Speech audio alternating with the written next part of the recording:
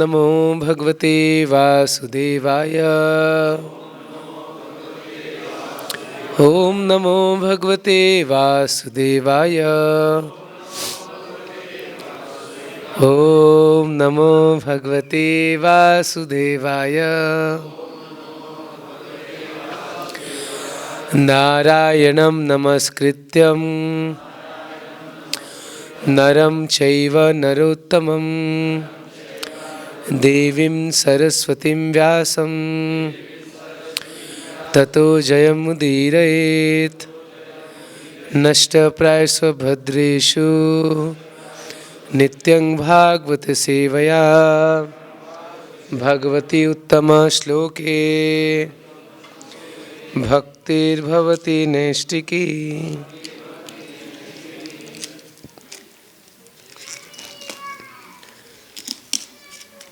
जय जय श्री चैतन्य जय नित्यानंद जय द्वैत चंद्र जय गौरभक्तवृंद। जय जय श्री चैतन्य जय नित्यानंद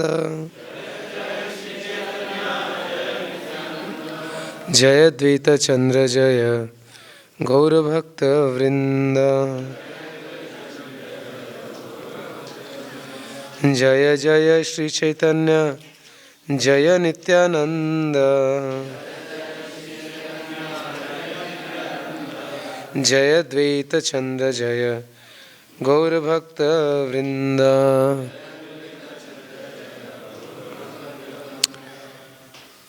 जियात् कैशोरो चैतन्यो मूर्तिमत्या गृहाश्रमात् लक्ष्म्यार्चितो अथ वाग्देव्या दिशां जयी जय छलात्। ओम ज्ञानतिमिरन्धस्य ज्ञानञ्जनशलाकया चक्षुर्मिलितं येन तस्मै श्रीगुरवे नमः। श्रीचैतन्यमनोभीष्टं स्थापितं येन भूतले स्वयं रूप कदा मह्यं ददाति स्वपदान्तिकं। वन्देऽहं श्रीगुरो श्रीयुतपदकमलं श्रीगुरून् वैष्णवांश श्रीरूपं साग्रजातं सहगण रघुनाथान्वितं तं सजीवं साद्वैतं सावधूतं परिजनसहितं कृष्णचैतन्यदेवं श्रीराधा कृष्णपादान् सहगण ललिता सहगण रघुनाथान्वितं तं सजीवं साद्वैतं सावधूतं परिजनसहितं कृष्णचैतन्यदेवं श्रीराधा कृष्णपादान् सहगण ललिता श्रीविशाखान्वितांश। हे कृष्ण करुणा सिंधु दीनबंधो जगत्पते गोपेश गोपिका कांत राधा कांत नमस्तुते। तप्त कांचन गौरांगी राधे वृंदावनेश्वरी वृषभानुसुते देवी प्रणमामि हरिप्रिये। वाञ्छाकल्पतरुभ्यश्च कृपा सिन्धुवैव च पतितानां पावनेभ्यो वैष्णवेभ्यो नमो नमः। वाञ्छाकल्पतरुभ्यश्च कृपा सिन्धुवैव च पतितानां पावनेभ्यो वैष्णवेभ्यो नमो नमः। नमो विष्णुपादाय कृष्णपृष्ठाय भूतले श्रीमते भक्तिवेदांत स्वामिनिति नामिने। नमस्ते सरस्वती देवे गौरवाणी प्रचारिणे निर्विशेष शून्यवादी पाश्चात्यदेशतारिणे। जय श्री कृष्ण चैतन्य प्रभु नित्यानंद श्री अद्वैत गदाधर श्रीवासादि गौरभक्तवृंद। हरे कृष्णा कृष्णा कृष्णा हरे हरे हरे राम राम राम हरे हरे।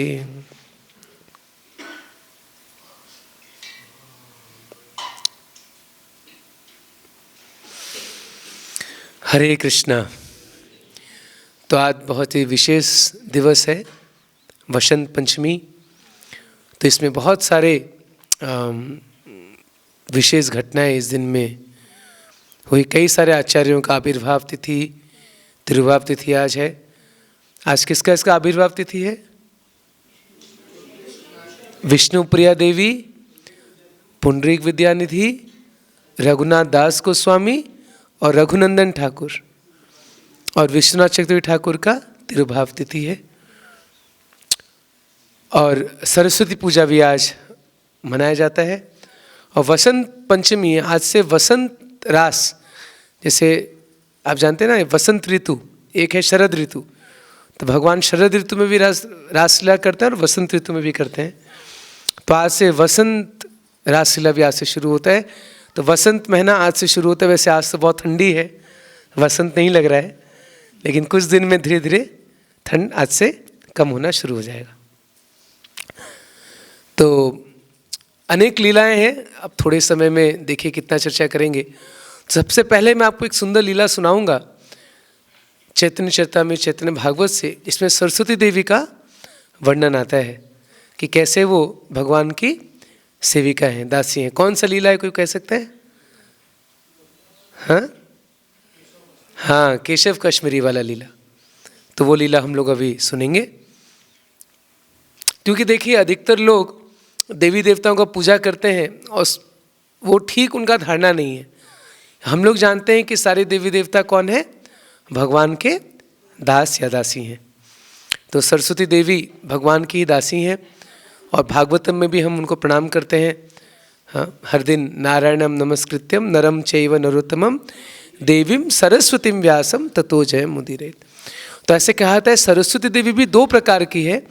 एक है दिव्य सरस्वती जो आध्यात्मिक जगत में है, जो कि राधा रानी की विस्तार है, और एक इस संसार में सरस्वती। तो ज्ञान सरस्वती जी से आता है, लेकिन दिव्य सरस्वती में आध्यात्मिक ज्ञान देती हैं। और इस संसार में जो सरस्वती देवी है वो हर तरह के जो भी यहाँ पे विद्या है, संगीत है, वो सब उन्हीं से आता है। तो खैर हम लोग ये एक लीला आज पढ़ेंगे, बड़ा सुंदर लीला चैतन्य चरितामृत से, और फिर थोड़ा थोड़ा सब आचार्य के बारे में कुछ गुणगान करेंगे। तो ये चैतन्य चरितामृत आदि लीला 16 अध्याय में इसका वर्णन आता है कि चैतन्य महाप्रभु जब किशोर अवस्था में थे, आप जानते हैं जब 1 से 5 साल को कहते हैं कुमार, फिर पौगंड और फिर किशोर। तो 16-17 साल के थे महाप्रभु, काफ़ी उस समय युवक थे। तो उस समय ये बहुत सुंदर एक लीला हुई। कहते हैं कि जब महाप्रभु युवा थे तो उनकी सेवा लक्ष्मी देवी करती थी घर पे, लक्ष्मी प्रिया देवी उनकी पत्नी, और स्वयं सरस्वती जी भी उनकी सेवा करती थी। क्योंकि भगवान वास्तव में सबके स्वामी हैं, सबके पति हैं। लक्ष्मी जी के भी पति भगवान हैं और सरस्वती जी के भी पति भगवान हैं। तो हम उन चैतन्य महाप्रभु को प्रणाम करते हैं और ये लीला हम लोग प्रारंभ करेंगे।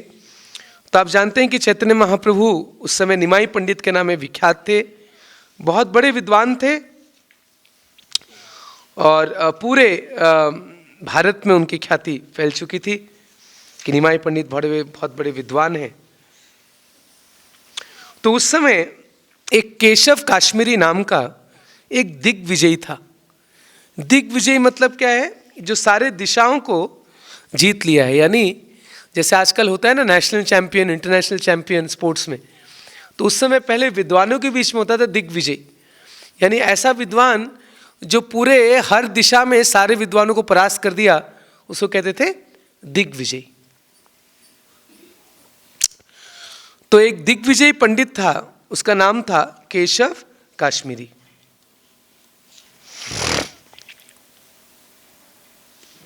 तो उसने सुना, वो हर जगह विद्वानों से वाद विवाद करके उनको परास्त किया, और सुना कि नवद्वीप, उस समय नवद्वीप ना एक प्रमुख स्थान था विद्या के लिए। जैसे आजकल भी ऐसे कोई स्थान होता है ना, लोग जाते हैं ऑक्सफोर्ड, हार्वर्ड, तो जैसे बनारस में बनारस यूनिवर्सिटी है, तो वैसे उस समय नवद्वीप को बड़ा एक ऊंचा स्थान माना जाता था शिक्षा के लिए। तो बड़े बड़े विद्वान आते थे नवद्वीप में शिक्षा प्राप्त करने के लिए, और बहुत बड़े बड़े विद्वान वहाँ पे रहते थे। तो वो दिग्विजय पंडित सोचा कि चलो अब हम, वो कश्मीर से था, पहले कश्मीर में ही बड़े पंडित थे, आप जानते हैं कश्मीरी पंडित बड़े विख्यात थे। तो उसको लगा कि चलो मैं जाता हूँ नवद्वीप और वहाँ के विद्वानों से वाद विवाद करके उनको परास्त करूँगा। तो केशव काश्मीरी आए यहाँ पे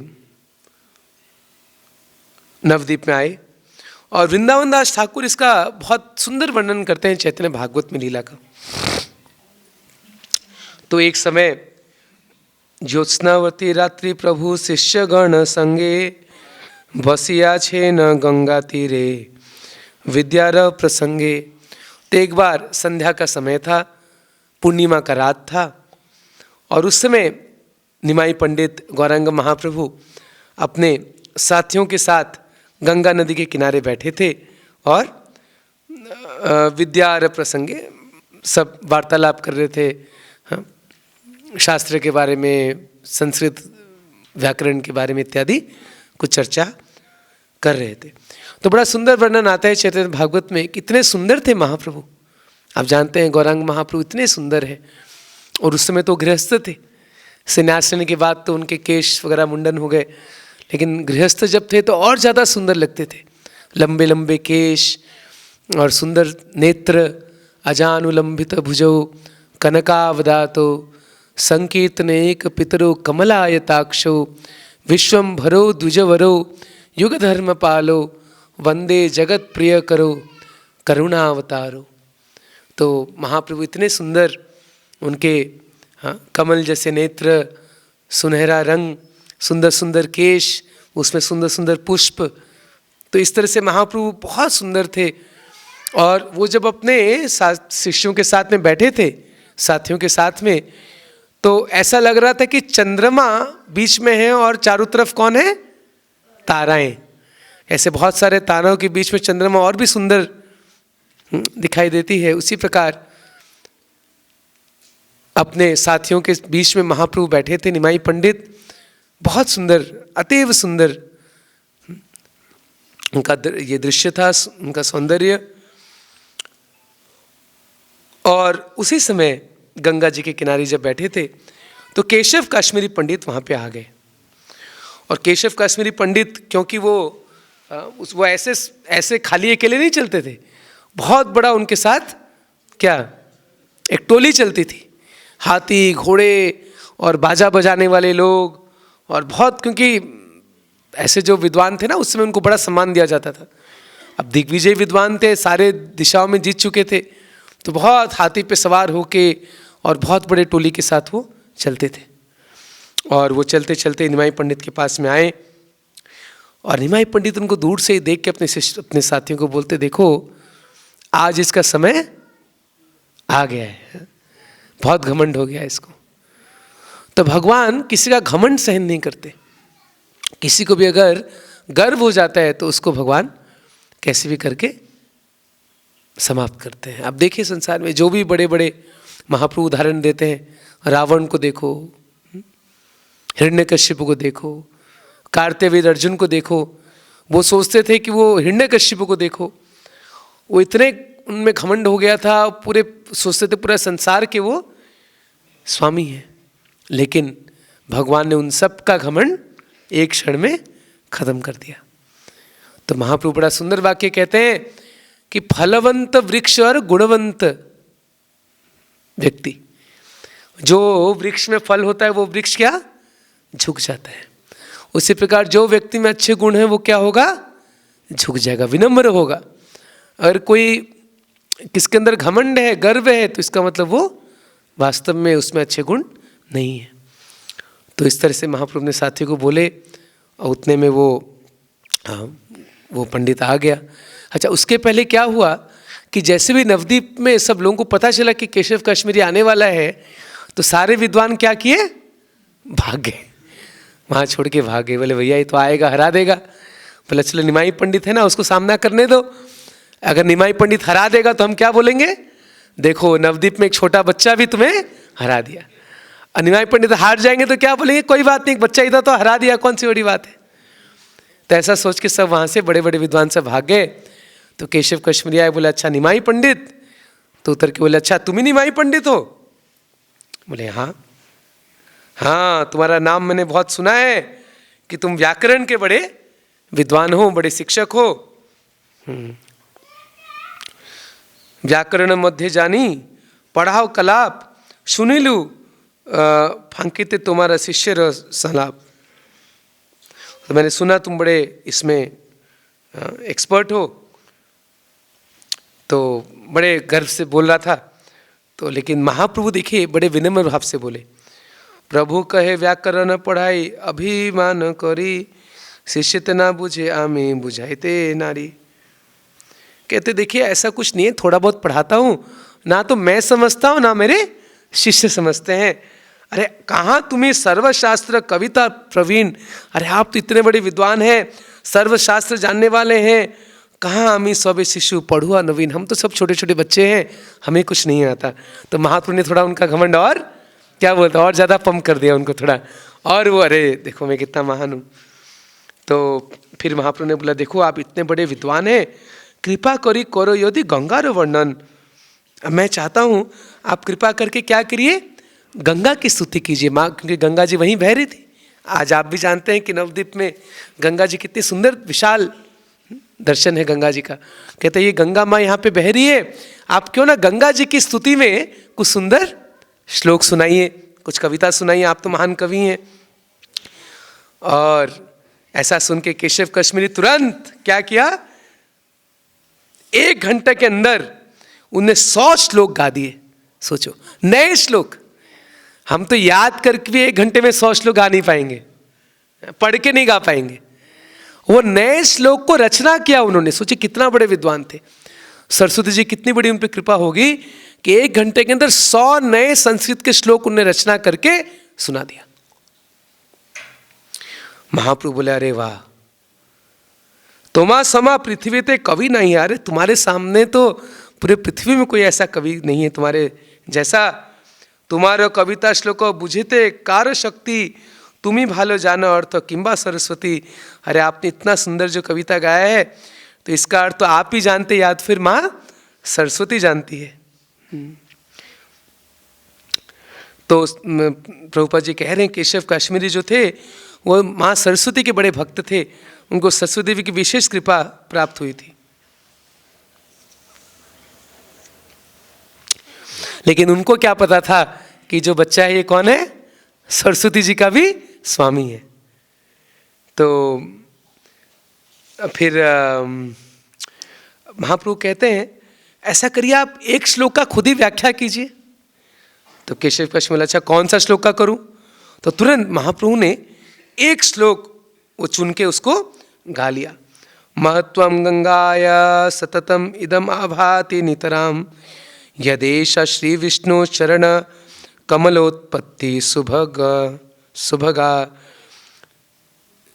द्वितीया श्री लक्ष्मी इव सुर नरेर अर्च्य चरणा, भवानी भर्तुर्या शिरसी विभवती अद्भुत गुणा।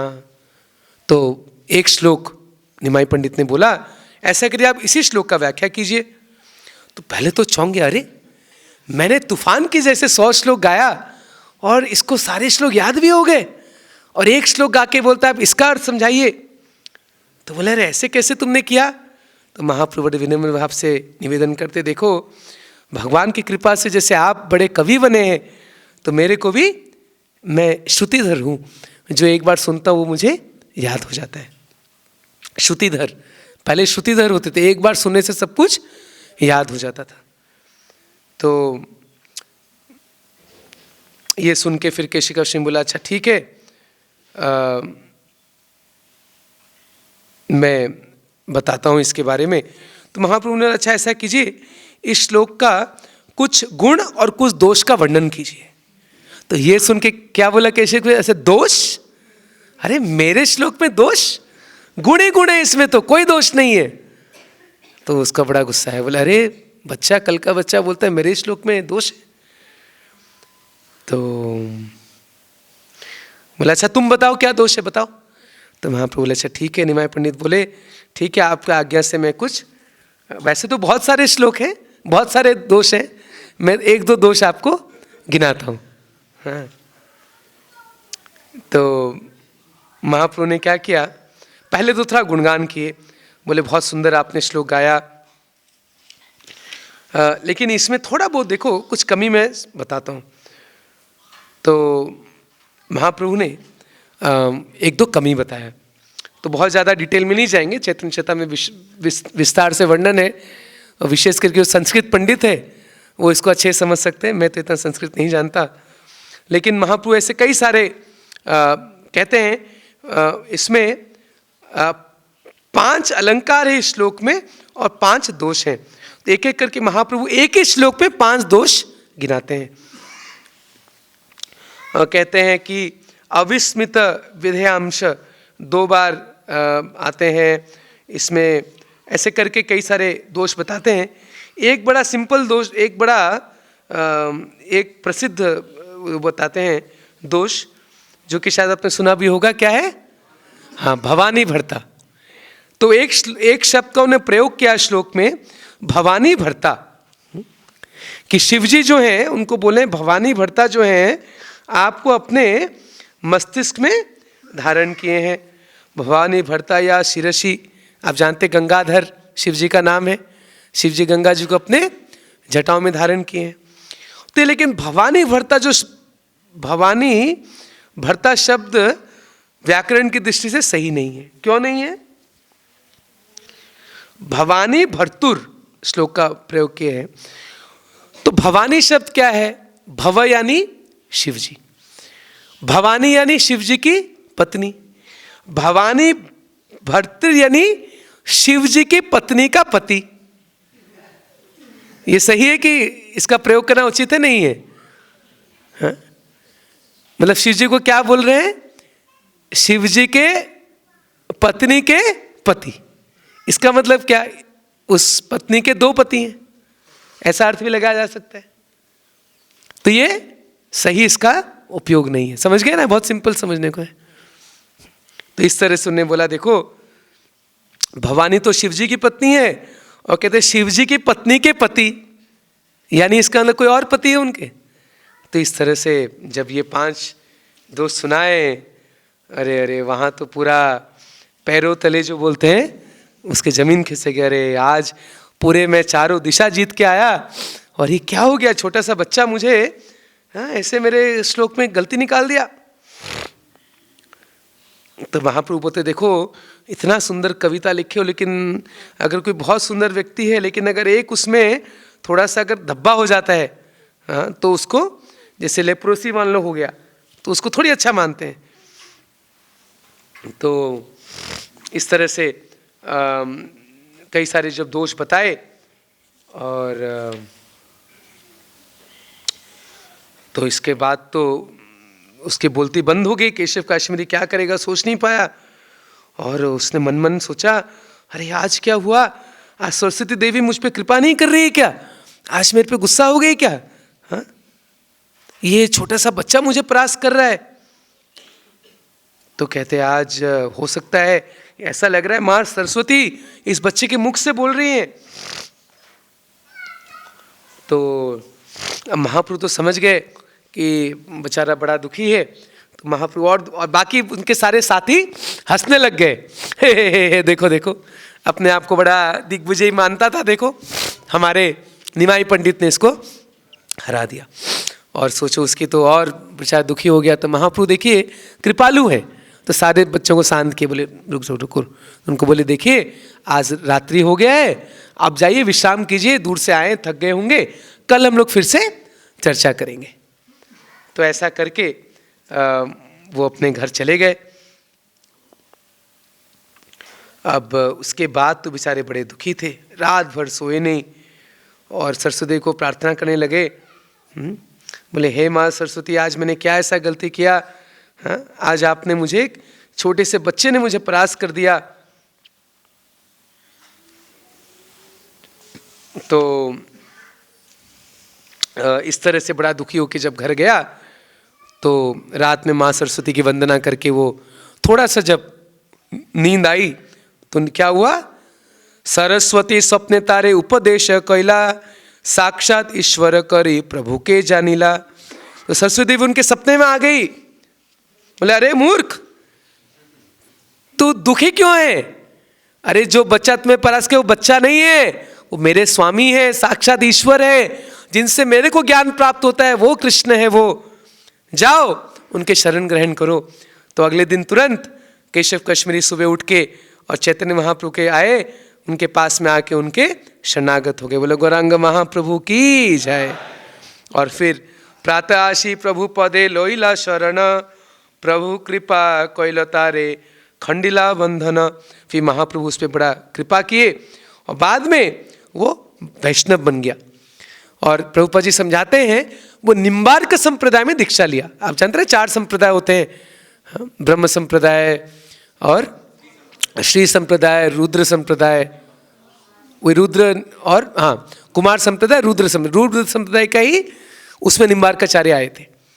तो निम्बार्क संप्रदाय से उन्होंने क्या किया, सॉरी कुमार संप्रदाय में निम्बार्काचार्य आए थे, तो उसमें उन्होंने दीक्षा लिया और आगे बड़े विद्वान और वैष्णव बने, कई सारे ग्रंथ भी लिखे। तो इस तरह से महाप्रभु की विशेष कृपा प्राप्त हुई केशव कश्मीरी को। और बड़ा सुंदर इसका वर्णन चैतन्य भागवत और चैतन्य चरितामृत दोनों में प्राप्त हुआ है। चैतन्य गोसाई लीला अमृतेर धार, सर्वेन्द्रिय तृप्त है श्रवणे आहार। तो कहते चैतन्य महाप्रभु की लीला क्या है, अमृत का धारा है, इसलिए चैतन्य चरितामृत। और ये अमृत जो भी पान करता है वो पूरी तरह से संतुष्ट हो जाता है। कौन कह रहे हैं ऐसा? कृष्णदास कविराज गोस्वामी। और हर एक अध्याय के अंत में वो एक श्लोक लिखते हैं, श्री रूप रघुनाथ पदे यार आश, चैतन्य चरितामृत कहे कृष्णदास। श्री रूप रघुनाथ पदे यार आश, रूप और रघुनाथ के चरणों को प्रार्थना करते हैं। और कृष्णदास कविराज गोस्वामी हर एक अध्याय के अंत में। तो ये हमने सुना माँ सरस्वती की महिमा, कैसे वो भगवान की दासी हैं, हाँ, और जो भक्ति करते हैं उन पे सरस्वती माँ विशेष कृपा करती हैं। तो आज हम सरस्वती माँ के चरणों में वंदना कर सकते हैं कि हमें शुद्ध भक्ति दे, ऐसी बुद्धि दे कि हम भक्ति में और हम स्ट्रांग हो जाएं और गीता भागवतम को पढ़ पाएँ, समझ पाएँ। देखिए, हम भक्तों को बहुत ज़्यादा शास्त्र, बहुत ज़्यादा विद्वान होने की आवश्यकता नहीं है। अगर हम केवल भगवत गीता, भागवतम, चैतन्य चरितामृत इस 3 ग्रंथ को अच्छे से पढ़ लें, वही हमारे लिए पर्याप्त है। उसको भी हम अच्छे से नहीं पढ़ पाते, और अगर पढ़ चुके हैं तो बार बार इसको पढ़ना। तो आज हम माँ सरस्वती से ही प्रार्थना करते हैं। और आगे हम सुनेंगे रघुनाथ दास गोस्वामी के बारे में। तो रघुनाथ दास गोस्वामी, षड गोस्वामी, हर एक गोस्वामी बड़े विशेष थे, लेकिन रघुनाथ दास गोस्वामी उनमें से भी बहुत विशेष है। तो आप सब जानते हैं कि रघुनाथ दास गोस्वामी का जो ये इसका भी वर्णन चैतन्य चरितामृत आदि लीला के 10वें अध्याय में आता है। यहीं से पढ़ते हैं हम लोग।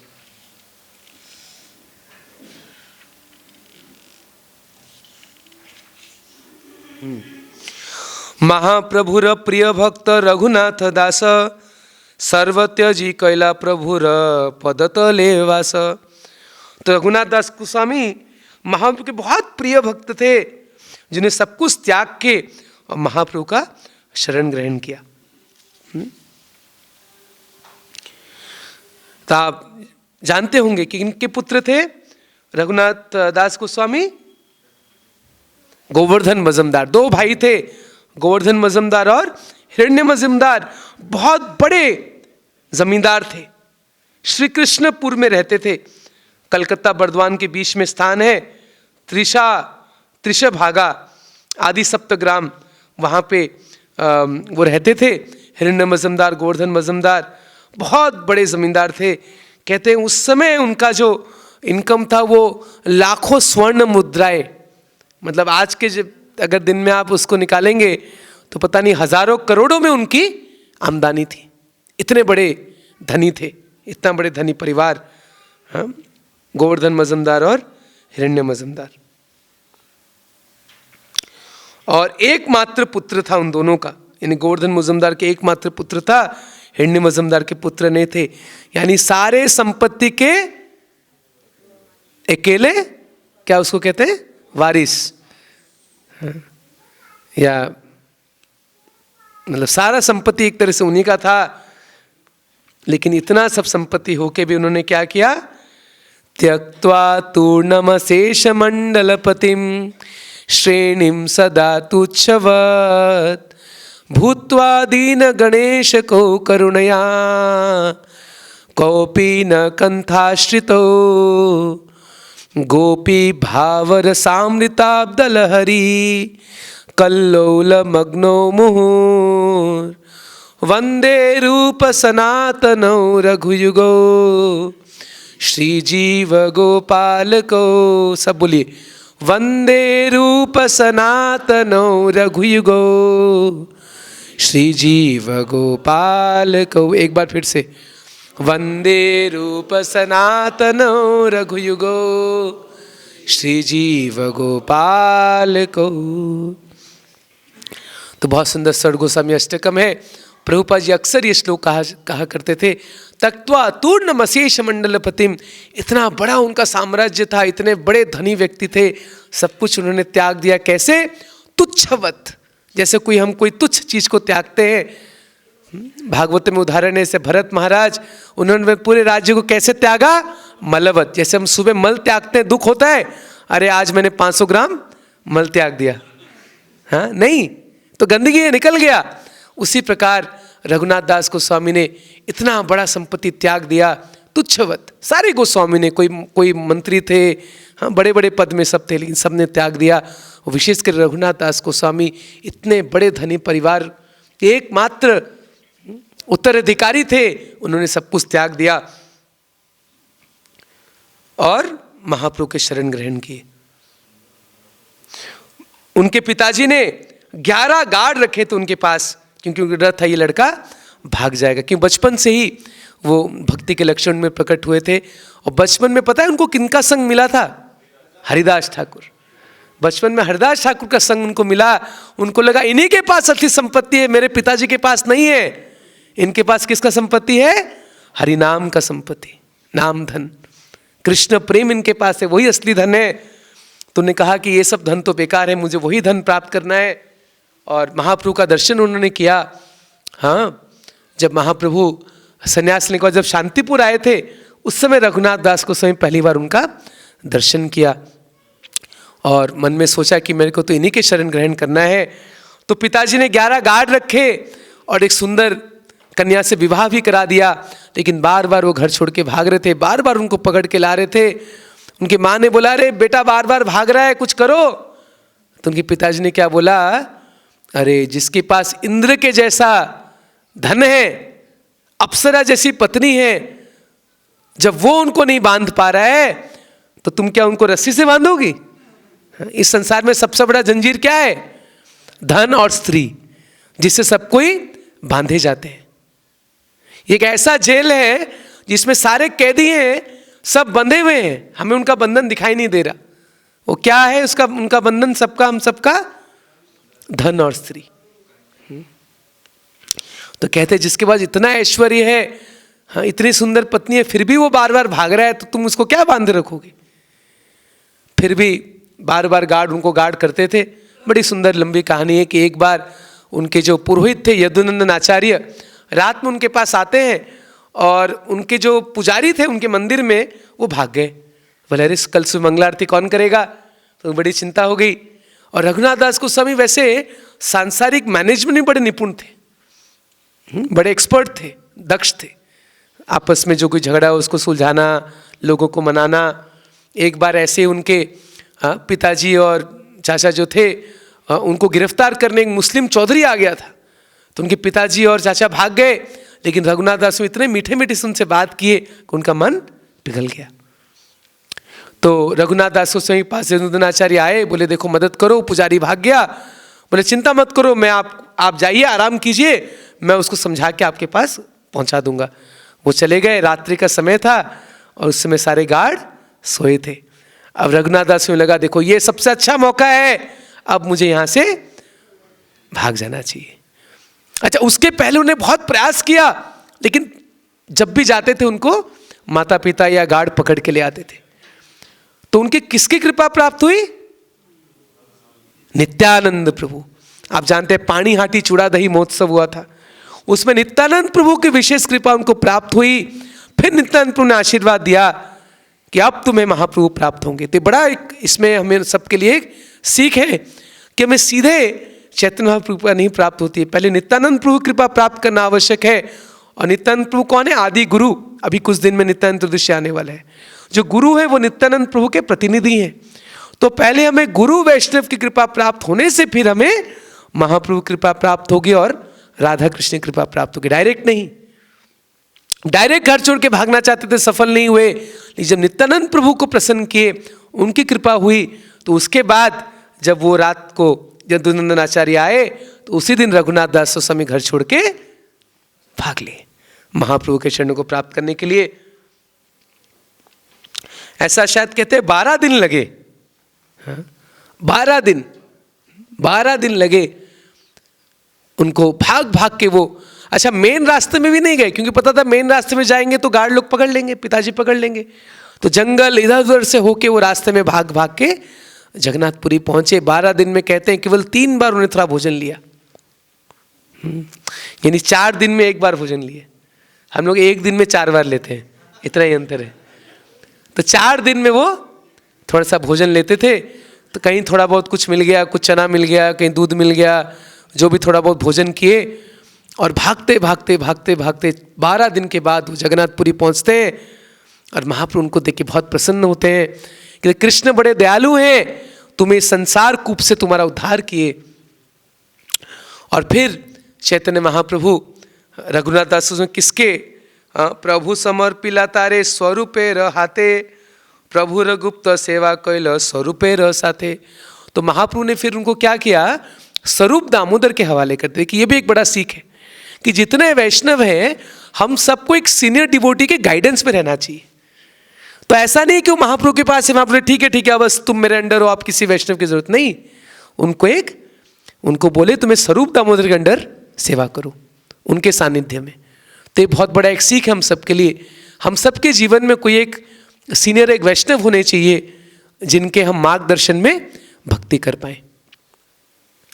तो चैतन्य महाप्रभु ने रघुनाथ दास गोस्वामी को किसके हवाले सौंपा? स्वरूप दामोदर के। कहते आप इनके सानिध्य में रहो। और स्वरूप दामोदर के साथ वो रघुनाथ दास गोस्वामी हर समय रहते थे और महाप्रभु के अंतरंग सेवा करते थे। कि स्वरूप दामोदर कौन थे? महाप्रभु के सेक्रेटरी थे, उनके साथ ही थे। तो इसलिए बहुत करीबी से वो महाप्रभु की लीला को दर्शन किए। अच्छा स्वरूप दामोदर कौन है कृष्ण लीला में? ललिता देवी। तो रघुनाथ दास गोस्वामी मंजरी है, उनको रति मंजरी या रास मंजरी कहा जाता है। तो ललिता देवी की जो अंडर में मंजरी है वही स्वरूप दामोदर है। 16 साल तक वो जगन्नाथपुरी में रहे, महाप्रभु की सेवा की। आप जानते हैं महाप्रभु 24 साल की उम्र में संन्यास लिए, फिर 6 साल तक दक्षिण भारत और वृंदावन वगैरह घूमे। लास्ट के 18 वर्ष वो केवल जगन्नाथपुरी में रहे। उनमें से 16 वर्ष रघुनाथ दास गोस्वामी उनके साथ थे, इसलिए उन्होंने उनका अंत लीला सब दर्शन किया था। और जब महाप्रभु अंतर्धान हो गए तो रघुनाथ दास गोस्वामी वृंदावन आए। अच्छा महाप्रभु रघुनाथ दास में इतने प्रसन्न हो गए तो उनके वैराग्य भाव को देख के, बड़ा एक सुंदर लीला है, समय नहीं, आप जानते हैं कि पहले वो कैसे सिंह द्वार में जाके भिक्षा मांगते थे। उनको लगा रहे ये भी बेकार है, मुझे किसी मांगना नहीं चाहिए। जहाँ फ्री, जैसे यहाँ मंदिर के बाहर खिचड़ी बनता है, जहाँ फ्री प्रसाद बनता है वहाँ था प्रसाद खा लेते थे। लगता रहे ये भी इंद्र तृप्ति, ये भी मुझे नहीं करना चाहिए। लास्ट में क्या करते थे, जहाँ पे प्रसाद सड़ा हुआ प्रसाद फेंकते थे जगन्नाथपुरी में, जहाँ गाय खाती थी, वो चावल जाके वो उठा के लाके और धो के उस चावल को खाते थे। वो महाप्रभु इतने प्रसन्न हुए, एक बार उनके घर आ गए, उनके रूम में, अरे रघुनाथ तुम इतना बड़ा फीस्ट खा रहे हो, मुझे नहीं बुलाते हो। और उसी चावल को लिए और मुट्ठी भर के खाए, बोले आज तक इतना स्वादिष्ट प्रसाद मैंने नहीं चखा। वो किसका स्वाद ले रहे थे? उनके वैराग्य का। महाप्रभु भक्त गण वैराग्य प्रधान। बहुत बड़ा शिक्षा है कि हम महाप्रभु के अगर हम भक्त हैं, हमारे जीवन में वैराग्य होना चाहिए। बहुत ज़्यादा इंद्रिय तृप्ति और भोग विलास में नहीं रहना चाहिए, फिर हम महाप्रभु के भक्त नहीं हैं। अगर चैतन्य महाप्रभु के भक्त बनना है तो हमारे जीवन में वैराग्य अवश्य होना चाहिए। चाहे आप वैरागी भेष में हैं या गृहस्थ भी हैं, तो बहुत ज़्यादा जितना आवश्यक है उतना बस सुविधा घर में होना चाहिए, बहुत ज़्यादा आडंबर से नहीं रहना चाहिए। तो इस तरह से महाप्रभु बड़े प्रसन्न होते रघुनाथ दास गोस्वामी से। और उनको अपना सबसे प्रिय महाप्रभु के पास एक गोवर्धन शिला था छोटा सा, जिसको महाप्रभु हर समय अपने गले में लगाए रहते थे, छाती के ऊपर, आंखों में, और वो महाप्रभु के आंसुओं से हमेशा भीगा रहता था। तो महाप्रभु इतने प्रसन्न हुए, रघुनाथ को वो गोवर्धन शिला दिए, और एक गुंजमाला था, वो गुंजमाला दिए। बड़े इतने प्रसन्न थे रघुनाथ दास को समय के ऊपर। और उस गोवर्धन शिला का रघुनाथ दास जो हर दिन सेवा करते थे, 8 तुलसी मंजरी देते थे, थोड़ा भोग लगाते थे और जल से अभिषेक करते थे। बहुत सिंपल सेवा पूजा है, भगवान इससे प्रसन्न होते हैं। पत्रम पुष्पम फलम तोयम यो में भक्त प्रयश्यति तदहम भक्ति उपरितम अश्नामी प्रयतात्मना। तो बहुत सुंदर सेवा करते थे रघुनाथ दास गोस्वामी। जब महाप्रभु अंतर्ध्यान हो गए तो रघुनाथ दास को विरह सहन नहीं हुआ। सोचे मैं वृंदावन जाऊंगा और गिरिराज जी के दर्शन करूंगा और गिरिराज जी के ऊपर से ही मैं छलांग मार के अपने शरीर त्याग दूंगा। उस समय गिरिराज जी और भी ऊंचे थे, आप जानते ना, हर साल गिरिराज जी धीरे धीरे कम हो रहे। तो 500 साल के पहले गिरिराज जी थोड़े और ऊंचे थे। तो वो गए गोवर्धन, सोचे मैं यहीं से अपने प्राण त्याग दूंगा। लेकिन जब रूप और सनातन गोस्वामी से मिले तो उन्होंने उनको डांट लगाई, बोले अरे रघुनाथ ऐसा मत करो, अरे तुम इतने भाग्यशाली हो, तुम्हें महाप्रभु के, तुमने अंतलीला का दर्शन किया, हम तो वृंदावन में रहते हमने दर्शन नहीं किया, तुम हम सब वैष्णवों को महाप्रभु की लीला सुनाओ। देखिए भक्त को जब सेवा मिलता है ना तो बड़ा खुश हो जाता है, बोला अच्छा चलो मेरे को सेवा मिल गया। तो इस तरह से रूप सनातन उनको उनके प्राणों की रक्षा किए और बोले तुम हमारे भाई हो। और इसी तरह रघुनाथ दास गोस्वामी ब्रज में निवास किए। और रघुनाथ दास गोस्वामी कहाँ रहते थे? राधा कुंड के तट पे रहते थे। और धीरे धीरे उन्होंने अपने खाना पीना कम किया। अंत में 2 दिन में वो थोड़ा सा छाछ पीने लगे। और क्या करते थे? सहस्त्र दंडवत करे लय लक्ष नाम, 1 लाख नाम जप करते थे, 64 माला, हरे कृष्णा कृष्णा कृष्णा हरे हरे, हरे राम राम राम हरे हरे। सहस्त्र दंडवत करे, कृष्ण को 1000 बार प्रणाम करते थे, सोचे दिन में गिन के। 2 सहस्त्र वैष्णव नित्य प्रणाम, अरे भैया 2000 वैष्णव को प्रणाम करते थे हर दिन और 1000 बार भगवान को प्रणाम करते थे। देखिए ये रघुनाथ दास गोस्वामी। संख्या पूर्वक नाम गान नटि भी कालावसानी कृतो, निद्राहार विहार कादि विजितो, शात्यंत दिनो चयो। राधा कृष्ण गुणस्मितेर मधुरिमा, नंदेन सम्मोहितो, बोली वंदे रूप सनातनो रघुयुगो, श्री जीव गोपाल को। गिन के 1 लाख नाम जप करते थे। प्रभुपाद जी कहते हैं अरे हम 16 माला कर ले, हमारे लिए बड़ी बात है, कम से कम ये तो अच्छे से करें, हो सके तो ज़्यादा भी करें, विशेष करके जो वृंदावन में रहते हैं ज़्यादा भी करना चाहिए। लेकिन हमें इमिटेट नहीं करना चाहिए कि हम भी जोर जबरदस्ती करेंगे, नहीं, धीरे धीरे अपने आप भक्ति में आगे बढ़ेंगे, थोड़ा थोड़ा प्रयास करके माला बढ़ाना चाहिए। तो और क्या करते थे, मतलब देखिए वैष्णव को, देखिए अगर कोई महामंत्र आपको जप करना है ना तो वैष्णव को प्रणाम नहीं करेंगे तो महामंत्र नहीं जप कर पाएंगे। बड़ा कनेक्शन है दोनों में। अगर आप वैष्णव प्रति अपराध करेंगे तो हरिनाम में आपका रुचि चला जाएगा। वैष्णव सेवा हम जितना करेंगे हरिनाम कर भी तो उतना रुचि हमारा बढ़ेगा। तो सोचिए हर एक जो भी व्रजवासी मिलते उनको प्रणाम करते थे। ये नहीं कि मैं बड़ा भक्त हूँ, नहीं, मैं सबसे नीच हूँ, जो भी मिलते थे उनको प्रणाम करते थे। ये भाव है रघुनाथ दास, इसीलिए वो नाम जप कर पाते थे। और दिन रात क्या करते थे?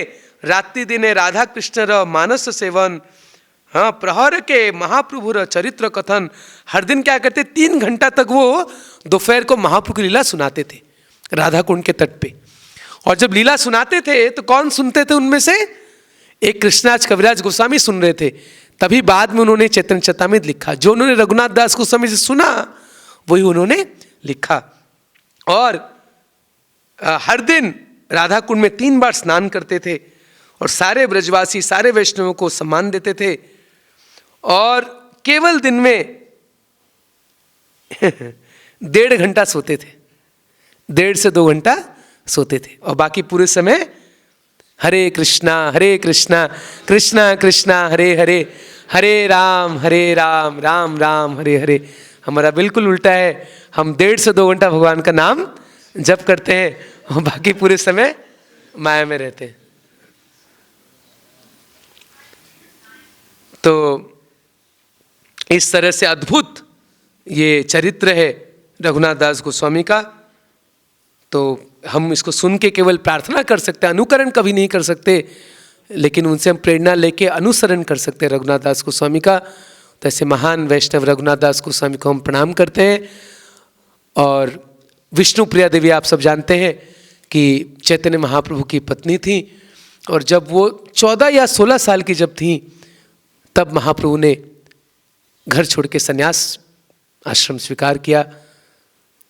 सोचिए क्या बीती होगी उन पे। लेकिन उन्होंने इसको सहन किया, महाप्रभु के विरह को सहन किया।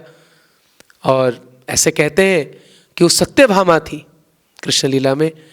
और महाप्रभु संन्यास लेने के बाद आप सब सुने हैं वो क्या करती थी, एक महामंत्र जप करने से 1 चावल का दाना ऐसे रखते थे और दिन भर हरे कृष्णा कृष्णा कृष्णा हरे हरे, हरे राम राम राम हरे हरे। और जब दोपहर तक शाम तक जितने चावल हो जाते थे उसी चावल को भोग लगा के भगवान को अर्पण करती थी। चैतन्य महाप्रभु का विग्रह था उनके पास। आज वो विग्रह आज भी मायापुर में कहाँ पे है, धामेश्वर महादेव। आप जानते हैं बड़ा सुंदर ऐसे हाथ करके महाप्रभु खड़े हैं धामेश्वर महादेव के रूप में। तो उनको वो भोग लगाते थे और उसी प्रसाद को थोड़ा स्वीकार करते थे। तो इतना बड़ा एक तपस्विनी का जीवन जीती थी, कितना उनके लिए कष्ट होगा। और साथ साथ में सची माता का सेवा भी करती थी कि सची माता भी अकेले थी, वो भी वृद्धा थी, तो उनकी सेवा भी करती थी विष्णु प्रिया देवी और नाम जप करती थी दिन भर। और इस तरह से उन्होंने अपना शेषकाल बिताया। तो परम वैष्णवी विष्णु प्रिया देवी की जय। और रघुनंदन दास ठाकुर आप सब जानते हैं कि वो मुकुंद के पुत्र थे। एक बार महाप्रभु ने पूछा, अरे मुकुंद तुम पिता हो, रघुनंदन तुम्हारा बेटा है, या रघुनंदन पिता है तुम उसके बेटे हो? तो उसने क्या उत्तर दिया मुकुंद ने, रघुनंदन मेरे पिता है, मैं उनका बेटा हूं। क्यों? कि भक्ति में उनसे वो आगे थे। तो बहुत सुंदर लीला है, आपने सुना होगा कैसे रघुनंदन जब छोटे से एक बालक थे, उनके पिताजी बाहर जाते, बोले बेटा आज तुम भोग लगा देना। जब भोग लगाए तो उन्होंने कहा भगवान आपको खाना पड़ेगा, तो भगवान आके लड्डू खाए। तो ये बड़ा सुंदर लीला। रघुनंदन दास ठाकुर बहुत महान वैष्णव थे, महाप्रभु के बड़े प्रिय थे। और कौन? पुंडरीक विद्यानिधि। पुंडरीक विद्यानिधि महाप्रभु के बड़े प्रिय भक्त थे।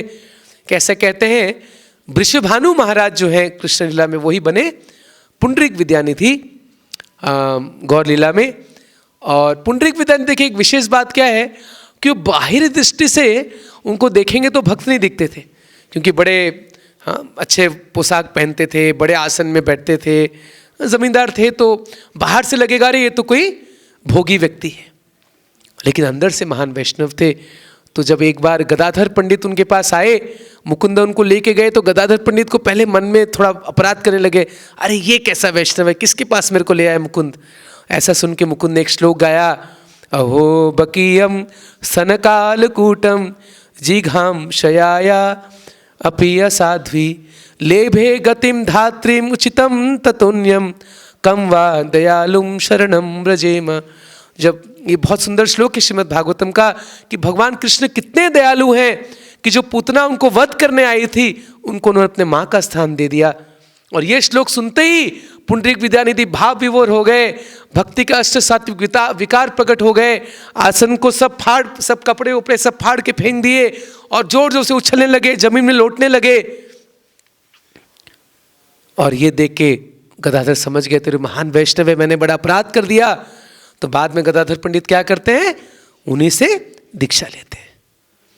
तो यह पुंडरीक विद्यानिधि बड़े महान वैष्णव थे। पुंडरीक विद्यानिधि की जय। और विश्वनाथ चक्रवर्ती ठाकुर, उनका तिरुभाव तिथि है।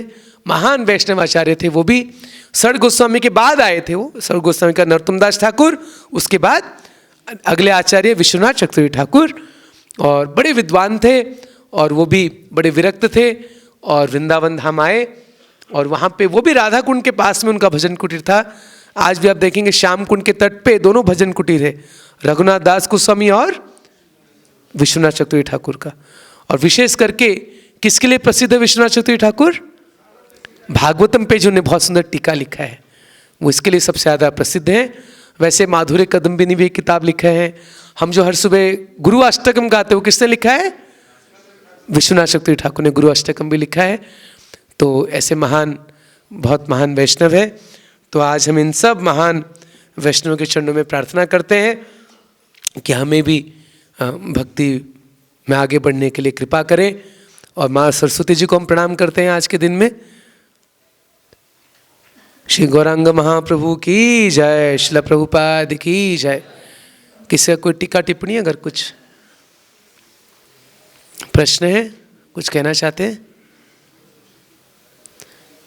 वसंत पंचमी महामहोत्सव की जय।